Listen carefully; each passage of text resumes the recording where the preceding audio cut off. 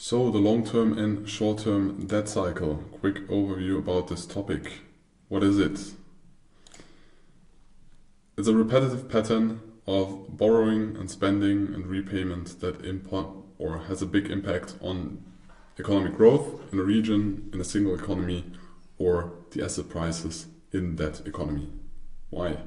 There are two different types of cycles. There is a short-term debt cycle that most of the time lasts 5 to 10 years, characterized by frequent credit expansions and contractions. So interest rates rising and falling, and for that you have more credits or less credits, because of course you have more credits when the interest rate on that credit or the interest on that credit is lower. Than if you have high interest rates, then the likelihood of people taking a credit or also giving a credit is lower.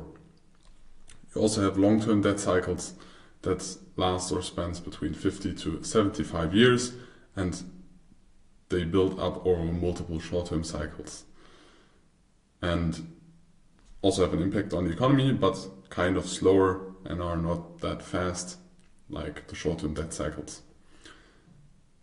The key difference is that the short-term debt cycles most of the times are managed by politics or central banks, or the politics of central banks, the monetary decisions of central banks, and the long-term cycles often require a deeper economic intervention. So when you have real big structural problems in a country, it is not as easy as just raising or reducing the interest rates and having an impact on the economic growth. If you have very structural problems in an economy because of the society, maybe because of war that has been there, or just the sector where your economy relied on, but the sector was now removed, or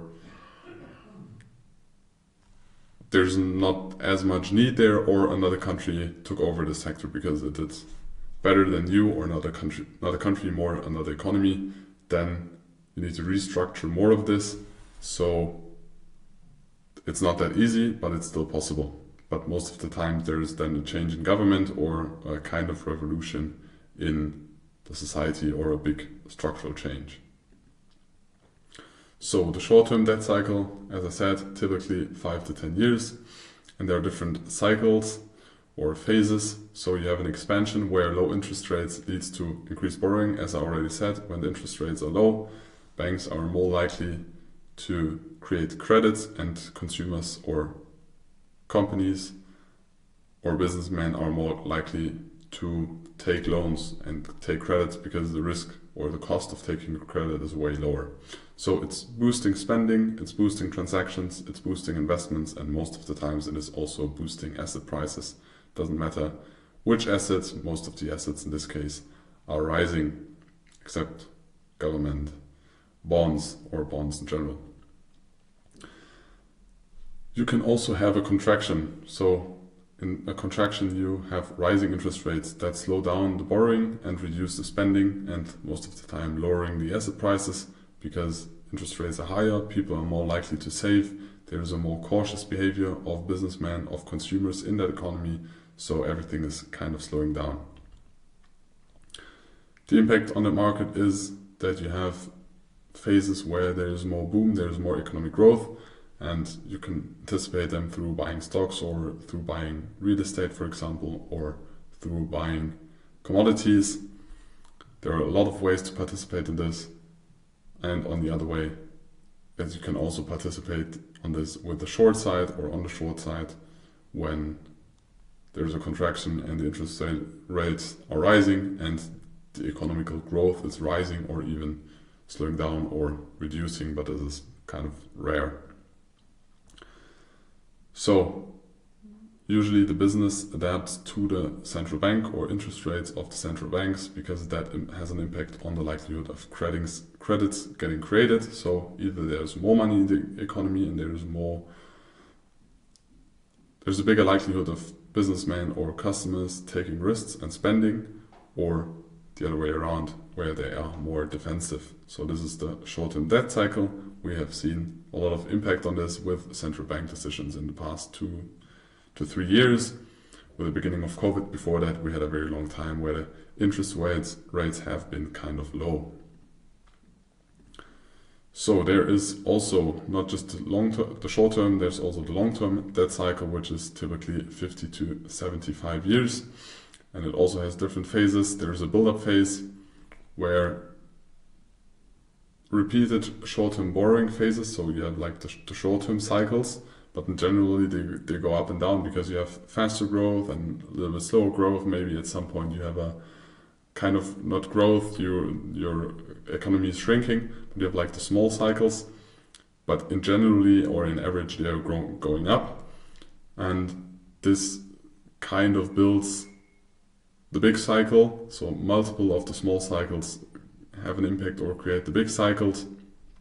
So, but at some point or in general, governments or economies accumulate very high debt levels. You see this in the US, you see this in Europe, you see it in Greece, you see in most of the countries. I think all of the countries worldwide are in debt or in net debt. So money, they have credits and they spend money they do not really own at this point. So at some point, the flexibility of rising interest rates very high is not there anymore, because then the interest payment of the people that have very high debt, or governments that have high debt, or companies that have high debt, the impact is very big. So you see it, for example, in the housing market, where there are a lot of credits. When the interest rates rise, a lot of the companies in the housing markets have or get into trouble, and housing prices kind of decline because the investments go back. A lot of credits cannot be paid anymore, and so there are more houses sold. But to summarize it, there's a small credit cycle that impacts the big debt cycle. Then you also have deleveraging. So when you have a lot of debt, this slows down the economy, and at some point you cannot, or it is nearly impossible to lower the interest rates to a negative state. So this very often at some point then is requiring a structural economic change, like debt is just deleted, but you have multiple parties in this, so kind of unlikely, but sometimes happens, that is deleted, or you have different fiscal policy shifts or revolutions, change of governments, revolutions in a society, or general change of an economy. And as an example, the long-term cycles shape macroeconomic trends, affecting everything from asset classes, like they really affect all the asset classes. There is no asset class that is not affected by this, and traders must consider this for their strategic planning. An example in 2008. So in 2008, the long-term debt cycle ended because there was a very extensive debt that led to the financial crisis, or too much debt that was created, and people that got credits that were not valid for those credits, or that not fulfill very good criteria to get a credit. So the housing bubble burst and massive credit defaults, and there was a big credit freeze, and this triggered a very fast deleveraging process where debt had to be reduced a lot very fast. And then the following process, you will know it nowadays, was a financial crisis for a couple of years. And that happened because the government needed to intervene in that credit cycle and stabilize the economy.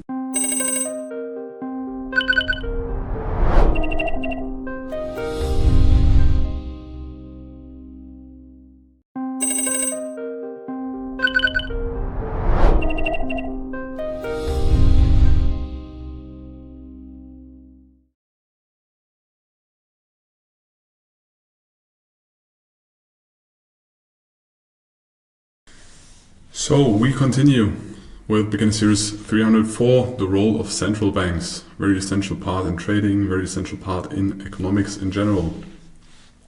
What is the role of central banks?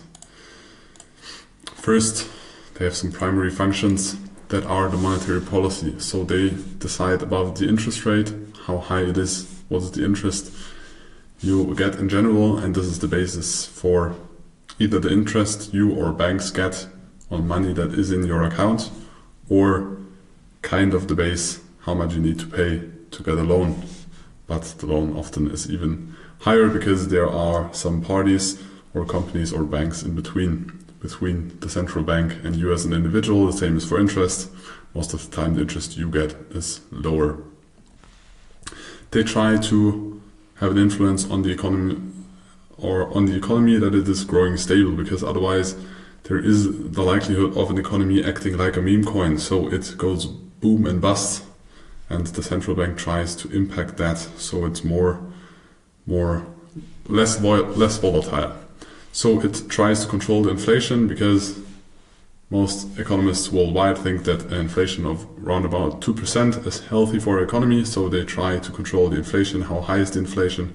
This depends on how much money is in the system, or how much services and goods are created, or how much is the economy growing, and they try to influence this so the inflation is in a range of 1 to most likely 4%. But as we all know, sometimes during COVID or during wars or during social disputes or economic difficult situations, inflation of course can be higher, but there are also cases where inflation is lower.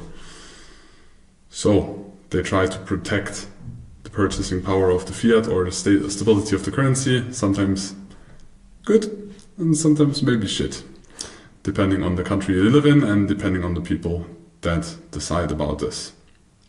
They also have employment goals, so they balance or try to balance. Of course, they want to reduce the jobless people, but in some scenarios, for example, we'll dive deeper into that in the following slides.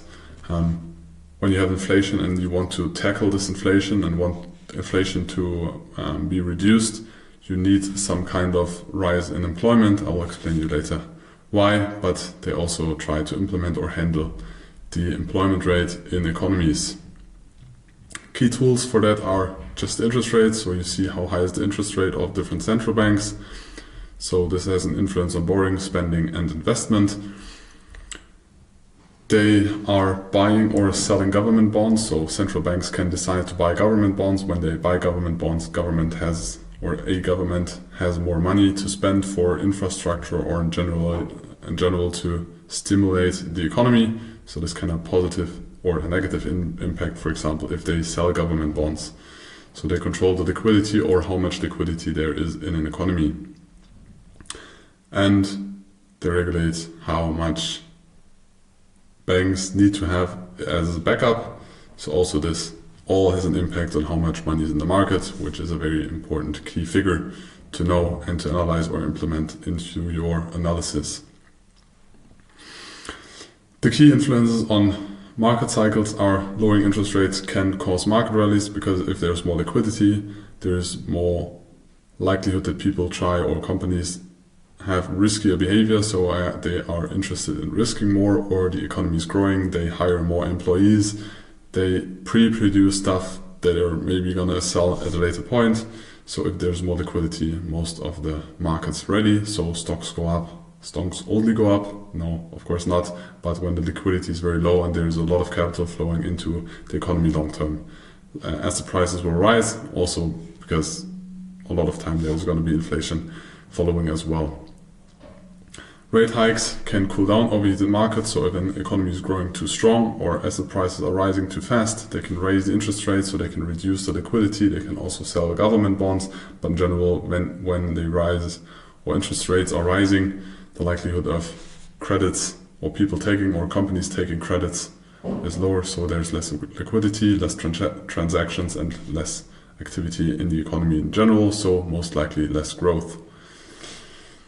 There is quantitative easing and quantitative tightening. So quantitative easing is that central banks buy assets to inject liquidity. So they buy asset itself, or for example, they buy government bonds. Through that, the government has more money to spend, and with that money, they can stimulate the economy. So this encourages risk-taking of companies, of individuals, of governments, of most of the participants in an economy. The other part or counterpart to that is quantitative tightening. That is that the central banks reduce their holdings or reduce government bonds, sell government bonds, or in general drain liquidity from the market, so liquidity gets less in the economy or in the market. That tightens the credit conditions, so the people or companies get more risk averse, so they cool down the growth of an economy so it gets stable and we don't have those boom and bust cycles. Furthermore, what are the impact for you as a trader? You need to understand the central bank policy and what the impact of central bank policy decisions have on the markets. You see, when there is a central bank decision, it doesn't matter in which economy or country, it has a very big impact on the currency, on the assets of the country, on the real estate of the country. It has on the bonds of the country. It doesn't matter if corporate bonds or government bonds. It has a very big influence, and you need to check this for the assets you trade and how they react to those signals. And it's not as easy as central banks rise interest rates and then you sell something, or the other way around. It is always more complex and you need to put things in perspective. But we will dive deeper into that later. And this course is not about deep dive into fundamentals, but you should know about those basics.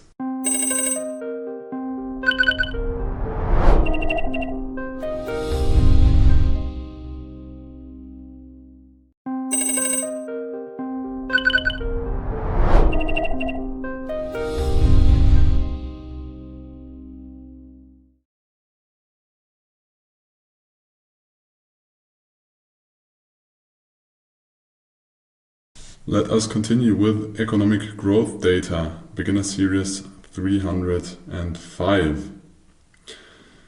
What is economic growth data? I think the most important or famous metric is GDP, the gross domestic product. It measures the country's increase in economic activity and growth rates, but there are different types to display this. We will talk about this in this chapter. Also, what is kind of linked or closely linked to the gross domestic product.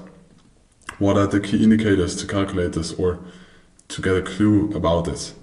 Is the GDP growth rate. So it is the measuring of an economic expansion or contraction. So an economy can grow or it can shrink, and the GDP growth rate tells you how much it is growing or shrinking or just staying at the same. You have inflation, which reflects the price stability. So there most of the time is a currency or thing that the economy agreed on as an exchange. Nowadays, most of the times it's a currency of a country or economic region, like the European region. So how high is the inflation in that region? So you take the currency most of the time, or the measurement, it can be anything, and then you check how high is the purchasing power of that one. If you create one basket or different baskets that consumer can buy in that economy. Central banks try to influence that inflation data. Most economies or economists agree on that 2% inflation is very good for the economy or the people and the companies living in that economy. If that's really good or not, the Bitcoiners are against this. But most of them are models, and most of those models are the base or the fundamentals of why people decide that way. And in most economies it works that way, that they have an inflation goal, and this inflation goal is most of the times near 2%, sometimes 3%, sometimes 4%.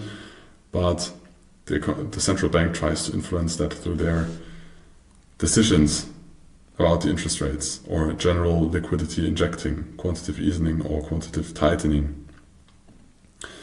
There are employment rates. High employment is generally good for an economy, because when all the people in the economy that have the availability to work have a job, most of the likely that the economy is very healthy.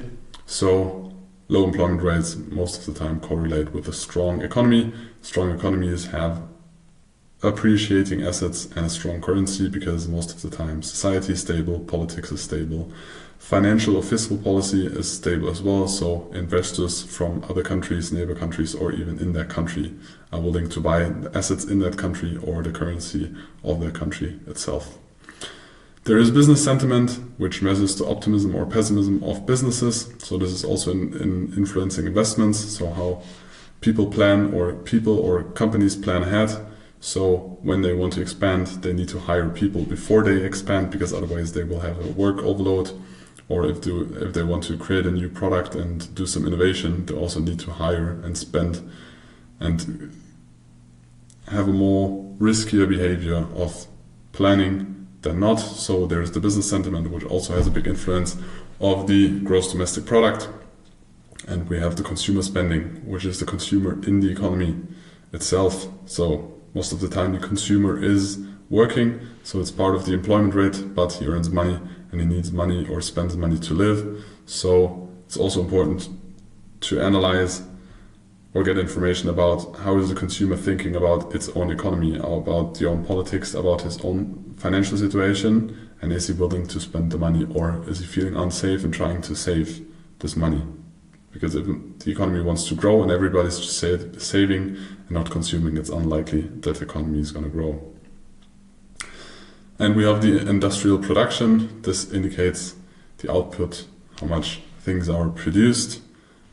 Most of the times it's connected with the industrial sector. The less developed the country is, the more part of the economy most of the time is in the industrial sector. The more developed the country gets, the more or the bigger the service sector most of the times is getting. This is an example.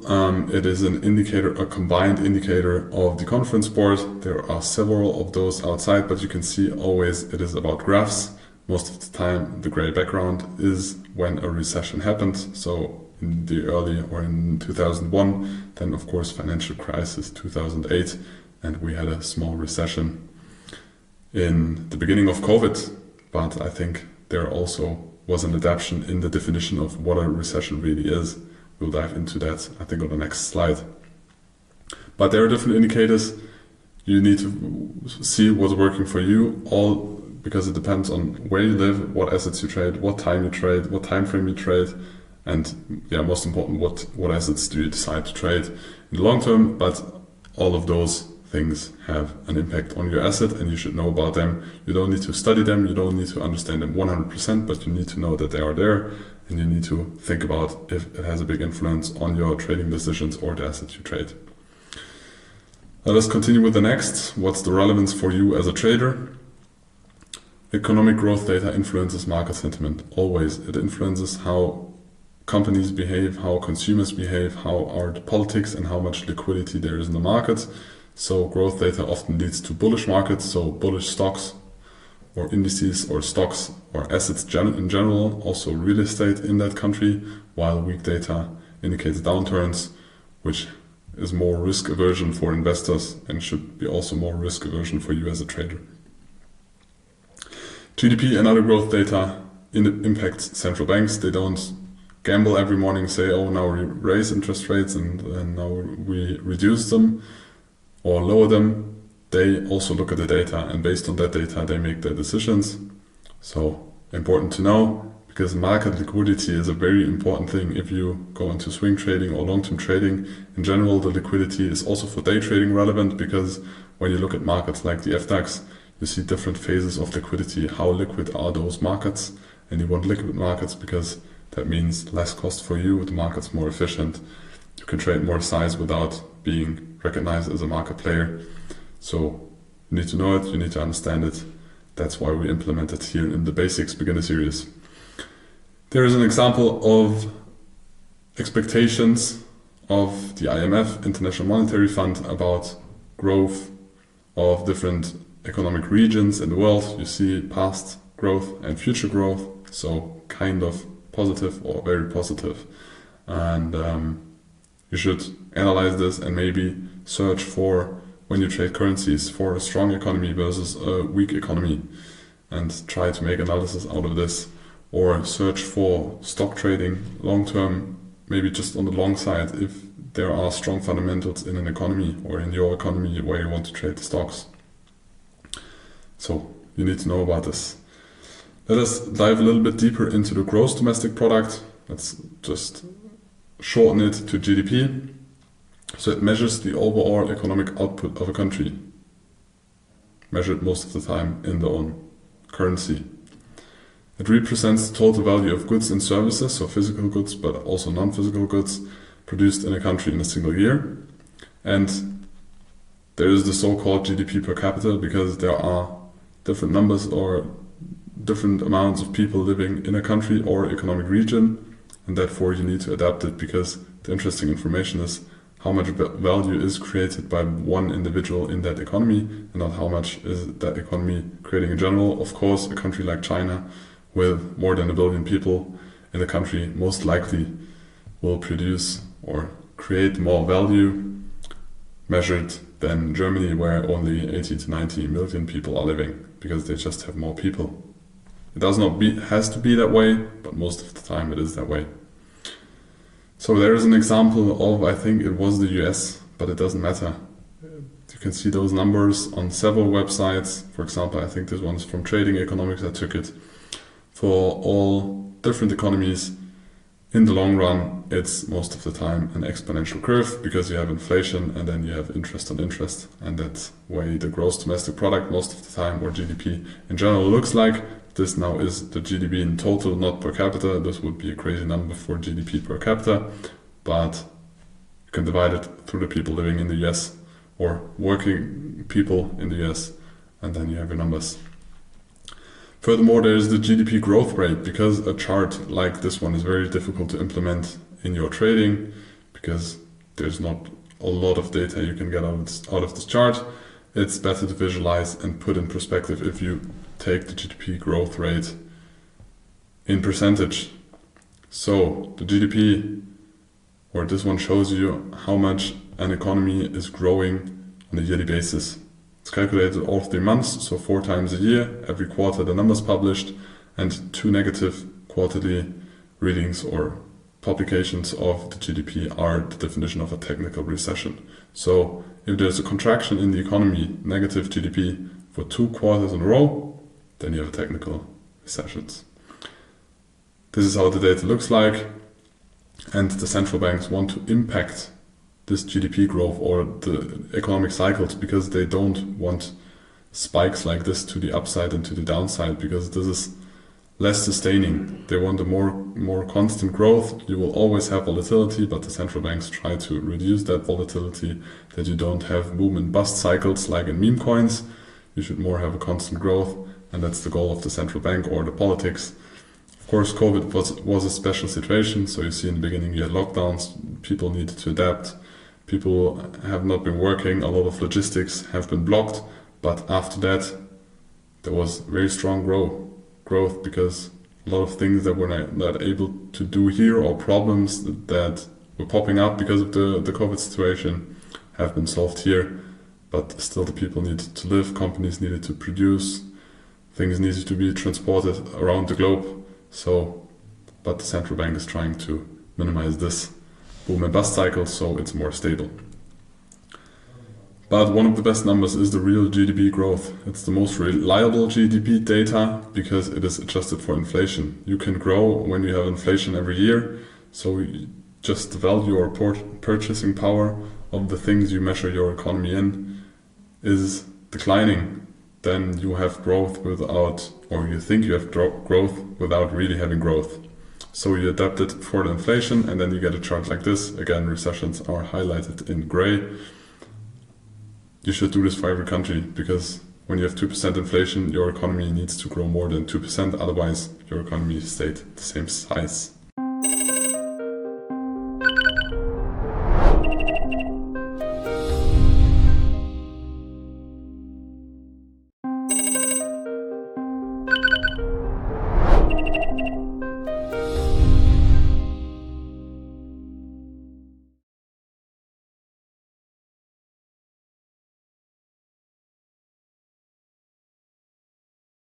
So inflation data, I think everybody of us heard of inflation in his lifetime, most likely, when he will watch this course, especially during COVID. Inflation, what's the definition of inflation? It is the rise of overall prices of goods and services. The counterpart to that is deflation, so the decline of prices, but this rarely happens. This happens in some areas of the economy, but in most areas there's inflation, because economists agree that inflation is better for the economy, because when there's inflation, people that are in debt, that the value of that debt is shrinking. Most governments have debt, so it is good for them if the value of that debt is shrinking, so that they need less purchasing power in the future to pay back that debt. But inflation does not mean that everything is getting more expensive. It can also mean that the things you get for your money decline. For example, you have less chewing gums in one box of chewing gums, but the price stays the same. This is also inflation. Deflation rarely happens, and most economies in the world, except hardcore Bitcoiners, but I would not describe them as economists, agree that inflation is good, and they try to have inflation between 2 and 4% for several reasons. This is not a fundamental cause, but this is the way it works in most of the economies worldwide, either east or west or north or south. The way it is in some economies, of course, the inflation is getting out of control. This is very unhealthy for economy, but most economies run very good with an average inflation of 2 to 4%. Also very difficult to measure. We will dive into that in this chapter a little bit, because there are many types of inflation data that you can calculate, and most of the time, or in most economies, they are published every month. There are different ways to measure it. First, there's the CPI. I think it's one of the most famous ones. It's the Consumer Price Index. There is a basket of products. Can be also part product, for example, 10% of a MacBook or another product. But it's a basket of product, and every month you measure how much money do I need to pay to buy this product at this month or at this time. Very easy. Sometimes this basket is adapted, but it is very rarely adapted because it would influence the measurement if you change the products in the basket. Sometimes it happens, but it happens rarely. There is the Producer Price Index, which is companies that produce or attracts the prices for producers that produce products or services in an economy, which most of the times when they get more expensive, so when it gets more expensive to produce, either because labor is rising or resources are rising, then in the following process, the companies or producers will forward this increase in price of production to the consumers. So it is kind of a leading indicator for consumer prices, or the CPI. And the third option there is the PCE, so it's the personal consumption expenditures. Different calculation like the CPI, because it tracks more a flexible basket. Because if something gets more expensive, for example, while oil was getting more expensive, or if oil or gas during the start of the Russian war is getting more expensive, people they buy less gas because it is more expensive. They search for alternatives that are maybe cheaper, or reduce the general need of gas, because we humans and also companies adapt to price fluctuations. So different calculation like the CPI, but there's also the PCE. The basket is more adapted, so it tracks more what consumers are really spending or buying, or how their habits are. This, for example, is the Consumer Price Index. As you can see, it's a constant growth because we always have inflation, or the goal of central banks and politics is to have inflation. So most things get more expensive over the time. You can see in this chart. This is how much percentage growth there is in a year. So Y on Y does mean year on year. You can also view this on month on month, but if you have a more long-term view, you view it that way. So you can put the growth rates more into perspective than you just look at the total chart. Yes, you can extract the same data out of this chart, but to analyze and put in perspective and context, this one is way more easy. So as you can see, sometimes there are phases that are overheated, especially during COVID, because 8% inflation is way too much, or even 6% inflation is way too much. That's why central banks raise interest rates, because they try to slow down the economy, and then they try to extract liquidity and tackle inflation, like we explained in the earliest or in the slides before. There is also a core CPI. So small difference. This one is the normal CPI. There's also a core CPI you should know about. The core CPI is excluding food and energy out of the calculation or out of the baskets, because food and energy are one of the most volatile, or are more volatile in that basket or in that calculation. So we have a more stable, more reliable information than in the normal CPI, because energy yeah, there's just more volatility, and more volatility often makes it more difficult to make decisions based on that data, so it's excluded in the core CPI, also very relevant information. Furthermore, here's an example of the PCE year-on-year growth, kind of the same, but differentiates a little bit over the CPI. One exercise I can give you: take the CPI and take the PCE and display them in one chart, and maybe you will find some interesting behavior there. So the PCE can be a leading indicator, for example, for the CPI, because it is adapted more and it analyzes the personal consumption expenditure. So CPI tends to show higher inflation, but you as an individual don't really have that high inflation, because you just have this inflation if you behave the exact same way, you buy the same products, but if prices rise, as I said, you're gonna adapt your behavior. So this about the short and basic information about inflation, what inflation data there is, what are the differences. Now let us continue with employment data.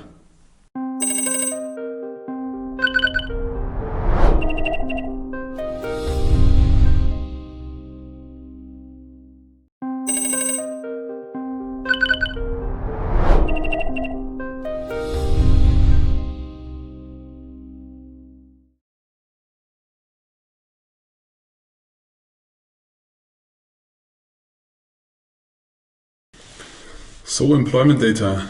In economies and companies there are employees, which are an essential part because they are employed, they earn money, and they most of the times are also the consumers in that economy. So it's important to know the basics about the labor market data. It can be an impact or good indicator about the health of an economy. And it's not about how many people do work there, but it can be also interesting how many jobs do they have. Do they have one job? Do they have several jobs? And so on. So the labor force in the US, for example, it's different in every region, but the US is one of the biggest markets, so we implemented that example. Considered to be 16 years old and above who are currently employed. They are not included students and retired workers because they are retired and students are studying. So studying and working most of the times can be combined, but not full time. And of course, children are not in this calculation as well, because this would remove the value of the data. What types of labor market data are there? So there are different forms. There is the unemployment rate, so it's the percentage of labor that is actively looking for a job but can't find it. So people that want to work but don't find a job. There are the non-farm payrolls, short NFP, very, very volatile event. If you look at the NFPs and then look at the charts of most assets, there is a lot of volatility during the publication of those news. It is the number of new payrolls, so new jobs or new employments in the industry or service sector in a single month. They are excluding farm workers, government employees, private household employees, and non-profit workers. So it's just about the real economy, kind of. Farm workers are also real workers, but they are more seasonal. So in most of the farm business, it is very seasonal. The government, they just exclude because the government is just like kind of managing or providing infrastructure for the economy, but they want to, with the NFP, want to measure the economy except the government. Of course, private households, employees, because it's too intransparent and irrelevant for the economy at all, and non-profit workers because they are non-profit and we are in a capitalist market, so it is all about profit. They are excluding NFP, important to know, very important data. Here again, it's not just you have good NFP numbers, markets rise, and the other way around. You always need to put it in context. And there are the initial jobless claims, so the weekly number of new people that need support from their unemployment insurance in the country. Those are the most important one, but there's one last one. It's the job opening and labor turnover survey, but nobody calls it that way, but I just thought we implemented the long version as well. Everybody just names them JOLTS, whatever. And it is a survey that follows different metrics of overall hirings. Again, we will go through one example data. So you see the unemployment rate here. Usually, it's very rare that it is below 3%. Of course, the goal is to have it as low as possible, but it's also good for economy to not be at zero, because then you could produce more, and it's unlikely because then the politics most of the time change that, for example, immigrants from other countries have more easy to go there, but a state does not want an employment rate at zero, because then the likelihood of a company moving somewhere else where there are more employees they can employ to get the work done in the company is higher, and it's nearly impossible to have an employment rate of 0%, because sometimes there are also people that either cannot work or don't want to work. As you can see, again, there is a very big rise in employment data. One very important information about employment data is that when central banks increase the interest rates, you remember the cycles we talked about, the debt cycles, when they increase interest rates, they most of the times also need a rise in unemployment. Because if they raise the interest rates and they try to cool down, or they think the economy is growing too slow, we rather want the economy to grow long term, but at a slower pace, they need a rise in unemployment. The reason for this is if they only raise the interest rates and extract liquidity and the unemployment is not rising, the salaries are most likely are rising as well, because the companies are fighting against few employees that are in the market, and then the employees are in the market say, I will work for you if you give me more salary. And if the company pays more salary, most likely the product's going to get more expensive because the labor is more expensive. And then you get like into a loophole of rising inflation, because salaries rise and then the products get more expensive, then the people need more salaries, so you have this circle. So at some point the central bank is looking for a rise in unemployment rate when they raise the interest rates. Important to know. And that's about the numbers of unemployment rate. You need to know it as a good sign for a healthy economy if the unemployment rate is low. Now we continue with the next, the business sentiment.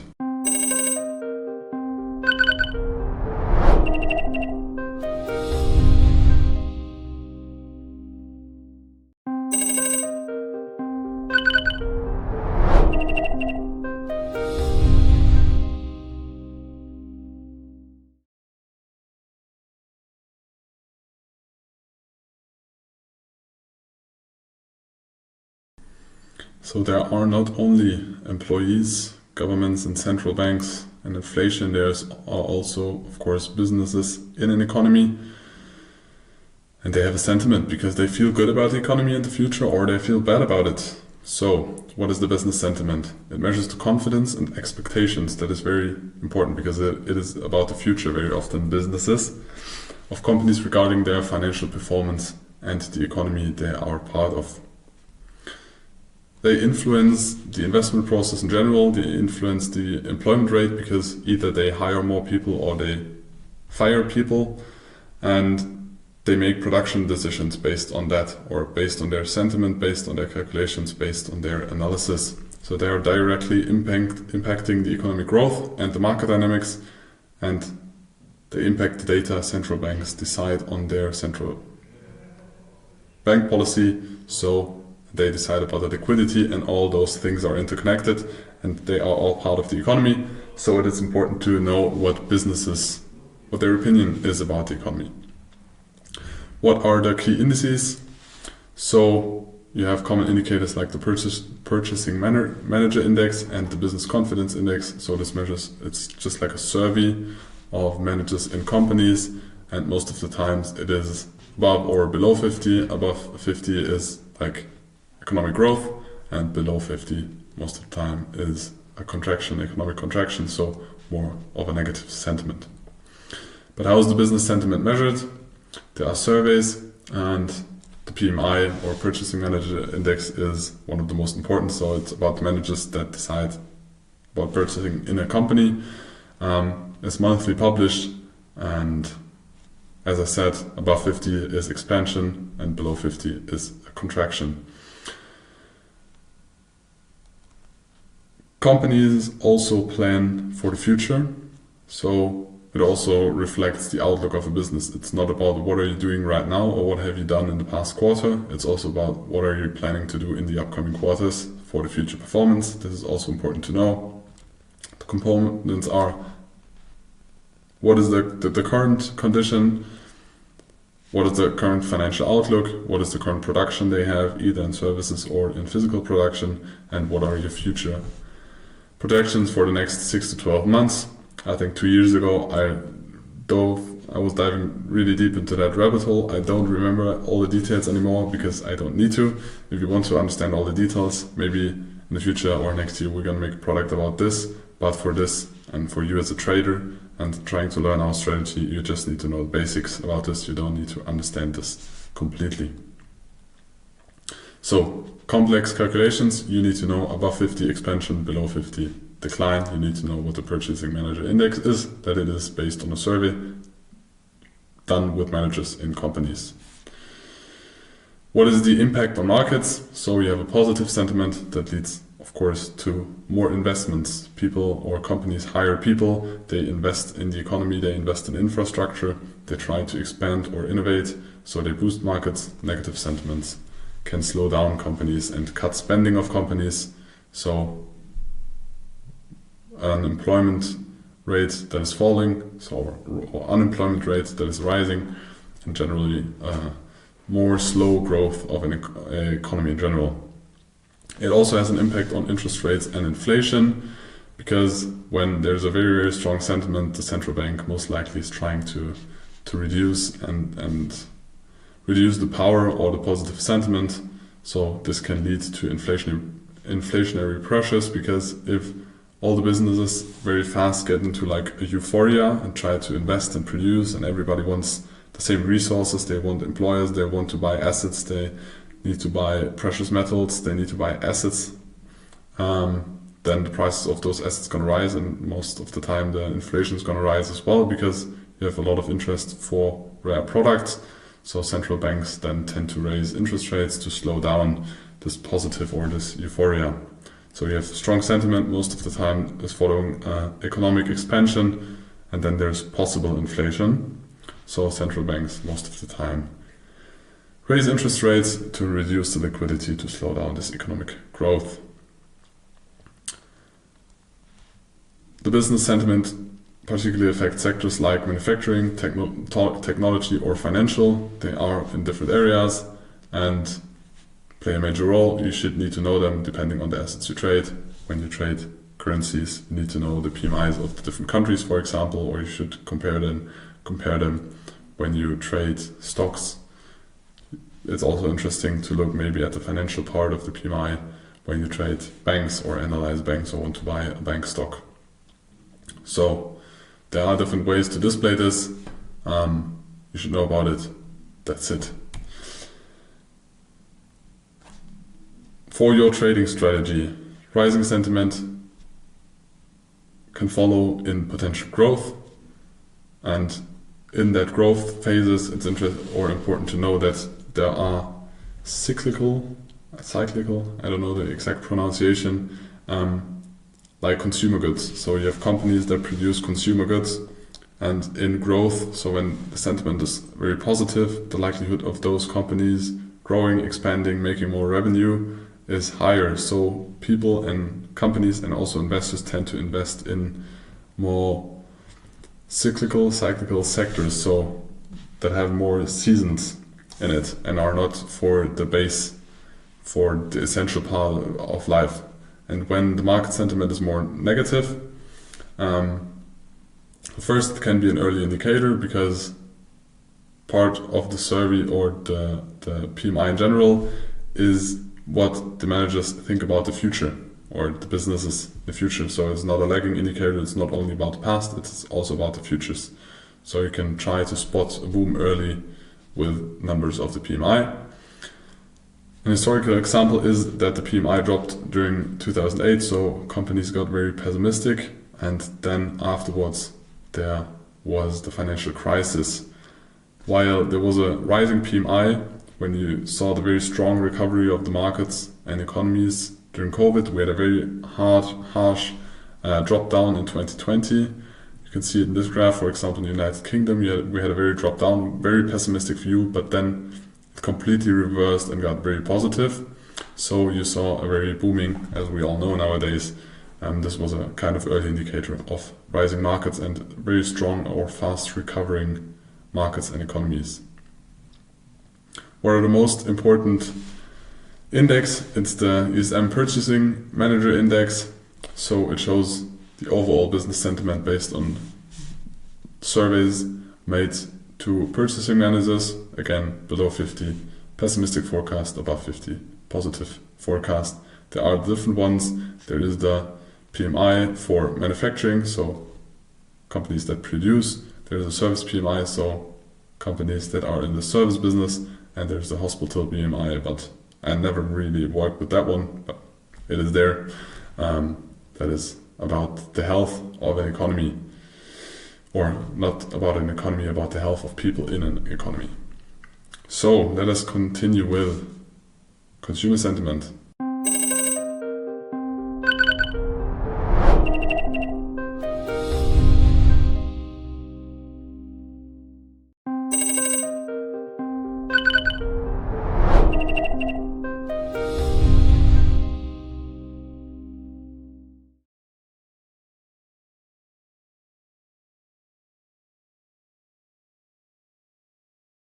Consumer sentiment, beginner series 309. There is one more after this, the economic calendar, and then we finish with beginner series 300. We will step to volume profile. So we're close to the end of the beginner series. What is the consumer sentiment? So we just went through the business sentiment and why it is important and why it can be a leading indicator of an economy's health. What is the definition of consumer sentiment? It measures the confidence of consumers regarding their own financial situation and the overall economic outlook. Even we as humans, also as companies, plan sometime in the future. We decide to create a family or build a house or buy a car, depending on how safe we feel in the society, in the politics, and how safe our job is, or how we assume our job is, how safe is the general economy we're living in.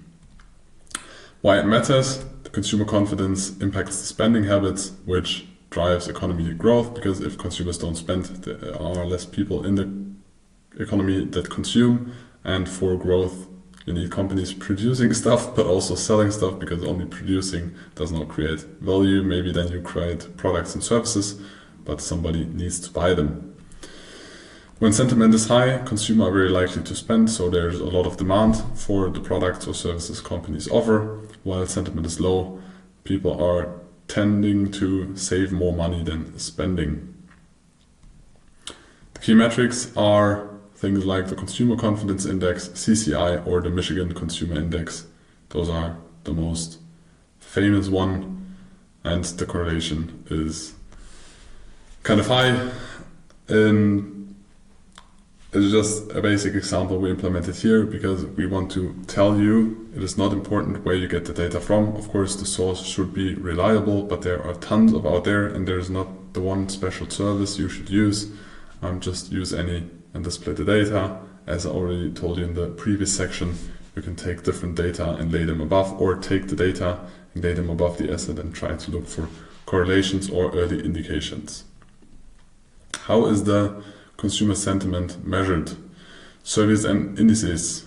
So the Consumer Confidence Index is published monthly, and it reflects the consumer's perception of current and future economic conditions. The Michigan Consumer is also published monthly and is capturing the household sentiment. So how is the personal finances, how much are they in savings, and so on. What are the components? They are the current conditions, so how do they feel about the present situation? But we want leading indicators, not lagging indicators. It's also about future expectations, so how is the outlook on the financial situation and the economy over the next 6 to 12 months. There are some numbers. Above 90 generally is a strong signal, below 70 is kind of low confidence. What is the impact of consumer sentiment on the markets? Positive sentiments grow or boost consumer spending and can lead to bullish market conditions or positive sentiment in general. The impact on interest rates and inflation, so strong consumer sentiment can lead to economic overheating, because if there is less demand, if there is more demand than there is supply, prices rise because you have more bidders that are willing to pay a higher price for a product, and then the inflation is rising because the companies can raise the prices because there is more demand than supply. So also in this case, when sentiment is too positive, central banks are likely to consider a rate hike to control inflation. High sentiment benefits sector like retail, travel and luxury goods, because then the economy is good, the people are feeling safe and they are likely to spend, so they spend in retail stores, they travel a lot because they have more free time, and they spend on luxury goods. When sentiment is low, investors tend to go on the more safe side, so defensive sectors like utilities and healthcare, so the basic needs of human life or an economy, to invest more in those sectors. Good to know, very high correlation. You can build fundamental strategies only around this, where you have a look or check in what market cycle. It's a very long-term investing process with only fundamentals and nearly no technicals, where you only analyze what is the current state of the economy and where is the big money flowing. Is it more passive or is it more aggressive? And a big part of this is the sentiment.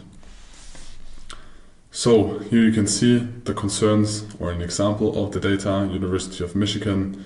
There are different concerns. I think since COVID, everybody of us had contact to inflation, or high interest rates. First inflation and then high interest rates.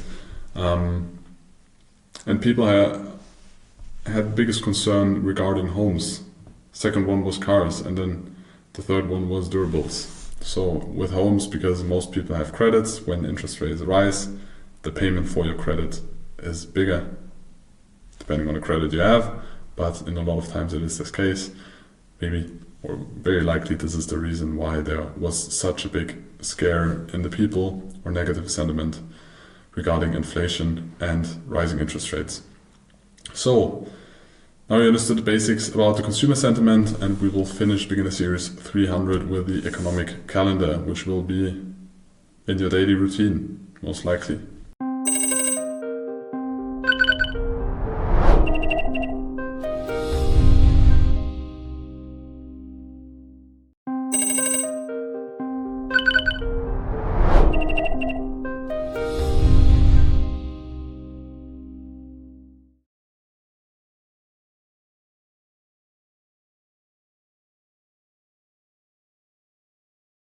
The economic calendar, it's the calendar for all the publications, for all the numbers we explained.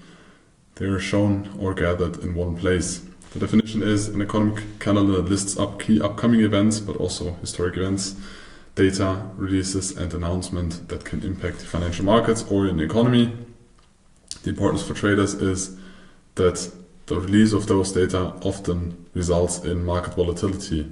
So it can create risk if you're in an open position, but it can also create opportunities, because when data is released, very often the future perceived value of an asset is changed or re-evaluated, and a lot of market participants act based on that data. So you should know when the data is published. Either you only trade technicals, then you need to know it because then there's going to be volatility in the market you need to adapt to, or you integrated fundamentals into the trading strategy, and then you of course need to check it every day and analyze the data. So the importance for traders we went through, and the typical events are GDP releases, but as we already said, it's about growth or contraction and the definition of a recession, but it is a lagging indicator. We need leading indicators to trade, or it's better to have leading indicators to trade. There's inflation data such as CPI or PPI, and there's employment data like non-farm payrolls. A lot of volatility during this event. You will see it most likely in the assets when you will start to have a look at them daily. And there are central bank announcements. There can be also very, very much volatility during those events. I think one of the biggest one was in 2017. I don't remember the exact year, but if you look at the US dollar and the Swiss franc, there is one very, very big candle where the central bank, where nobody thought about it, and then the central bank of Switzerland made a decision, and a lot of market participants did not thought that this decision will happen, and then you will see the impact have been very illiquid and big price movements. Either some people made a lot of money, but also some people lost a lot of money. That's why you need negative capital protection on your broker. It doesn't matter which broker. And we have manufacturing data like the PMI releases, and an economic calendar can look like this. In this example, there's Forex Factory. I think it's one of the most famous, or one of the ones that is used most. You see the currency pairs or the major currency pairs, and you can filter in this one the impact. So you have different colors. You have yellow, you have red, and I think you have orange for the importance, because there is a lot of economic data published, but a lot of it is not really important. You can also filter just for the red ones or the orange and red ones, and you can reduce it to the currencies you trade or the currencies related to the asset you trade. When you trade US stocks, maybe it is not that interesting what the economic data in Japan or China looks like. So you can reduce the information, because more information does not mean better performance. You should nowadays, especially in the 21st century, try to reduce the information or data input you get, because otherwise it will distract you. So how do you use it? You prepare for volatility. Before CPI or non-farm payrolls, you should adapt your position, or not open a position directly before that without knowing that news are going to be published. And after the publication of those news, you should re-evaluate and maybe search for trading opportunities. You should adjust your positions, so maybe take partial profits before that or after the big spike move. And you can also build strategies around this. We will not implement a strategy around news in this example, because we don't trade news that extensive, but there are people that trade news very extensive. But for example, you could, if there is a central bank and that publishes their decision or their decision about the interest rate, it is a very high impact release, and maybe you should exit the position before that, because either you're gonna make a big profit or you're gonna give away a big profit maybe of a position you have opened before. But it is more gambling when you don't really analyze and you're not deep into leading indicators and trying to predict the decision of the central bank. It can be more gambling, and we don't want to gamble. We want to be the casino, so we have a statistical edge, and that is mainly technical. So we want to reduce the exposure during highly volatile events. This can be an example. And then you just take the calendar and reduce it to the information that you have. You will also see what is the forecast. So there is always published a forecast before an important news is published, and if the number is very close to the forecast, the market most of the time already anticipated the number. If the number has a big difference from the one that is forecasted, the likelihood of being or big volatility also in the upcoming days is going to be very high, because then most of the market participants did not agree on that number. So now I would please you to continue to the proficiency test, or proceed to the proficiency test for Beginner Series 300. So you are ready to understand the volume profile and the strategies we trade that we are going to explain in the next section 400. Thank you.